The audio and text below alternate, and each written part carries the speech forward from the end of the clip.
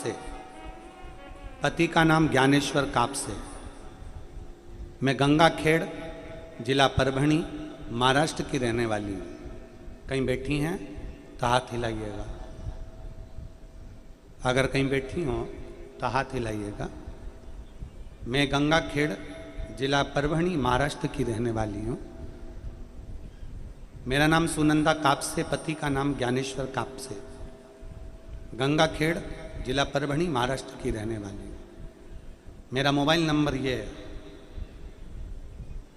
मेरे पति ने 2019 में एक नया बिजनेस काम चालू किया था। 2 साल तक काम चला। कोरोना महामारी के कारण बस वो बिजनेस पूरा ठप हो गया। बैंक का 2 करोड़ का लोन हमारे माथे पर था। कितना लोन? जम के बोलो जरा। 2 करोड़ का लोन हमारे माथे पर था। अगर कहीं बैठे हों सुनंदा कापसे और ज्ञानेश्वर जी कापसे तो आप मंच पर व्यासपीठ के पास बेलपत्र लेने आ सकते हैं। 2 करोड़ का लोन माथे पर आ गया। जमीन, मकान सब लोन में रखा हुआ था। प्लाट, खेती, जेवरात सब चले गए थे, कुछ नहीं बचा। कोरोना महामारी के कारण बस हमारा पूरा बिजनेस डाउन हो गया। घर में खाने के भी लाले पड़ गए, कुछ नहीं बचा। ऐसा कोई महाराज नहीं था जिसके दरवाजे पर नहीं गए, पत्रिका नहीं दिखाई, हाथ नहीं दिखाया, अपना भाग्य नहीं पूछा। सबने कुछ ना कुछ बताया, हमने सब कुछ किया, पर फिर भी आराम नहीं लगा। लोन सिर पर, कर्जा बढ़ता गया, बढ़ता गया। करें क्या? तब पहली बार रिमोट से चैनल चेंज कर रही थी और आपकी कथा दिखी। और उस समय पर कथा परली बैजनाथ में चल रही थी। परली बैजनाथ में जैसे ही कथा सुनने का भाव आया, मैंने अपने पति से कहा कि वो सियोर वाला महाराज कथा कह रहा है और परली बैजनाथ में कथा चल रही है, अपन एक दिन के लिए चलो। पति कहता है कि किराए का पैसा नहीं है। किराए का पैसा नहीं है, कैसे चलेंगे? पत्नी कहती है कि मेरे पाँव में चांदी की पायल है, उसको बेचकर किराया से फिर अपन परली बैजनाथ चलते हैं।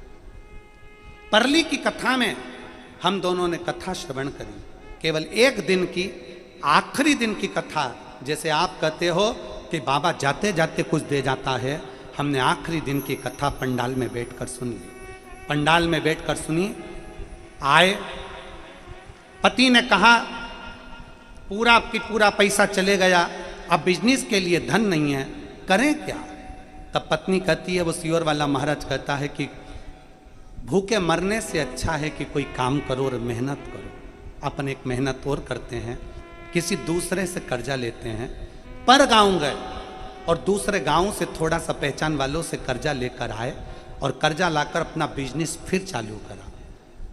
बिजनेस चालू तो कर दिया पर चला नहीं। जब चला नहीं, शिव मंदिर में जाना प्रारंभ करा। हम दोनों ने लोटा भर के जल शंकर जी को चढ़ाते, बेलपत्र चढ़ाते, मंदिर की सफाई करते, झाड़ू लगाते, पोछा लगाते और शंकर पर चढ़ा हुआ जल लाकर अपनी दुकान पर छीट देते, अपने व्यापार में लगा देते। कर्जे वाले रोज आके तकाता करते और हम जल छीटना प्रारंभ करा। मैं बाबा का क्या वर्णन करूं गुरुदेव। शंकर के जल में तो वो चुंबक है कि शिव भंडार भर ही देता है। धीरे धीरे करते करते दुकान चलना प्रारंभ हुई और अब बाबा की कृपा से पूरा कर्जा चूक गया। हमारी जमीन, हमारा प्रॉपर्टी वापिस मिल गया। आज बाबा की कृपा से 45 से 50 करोड़ की प्रॉपर्टी बाबा ने हमारी बना दी। मैं बाबा को धन्यवाद देता हूं, मैं शिव को धन्यवाद देता हूं। हमारा खुद का शादी लॉन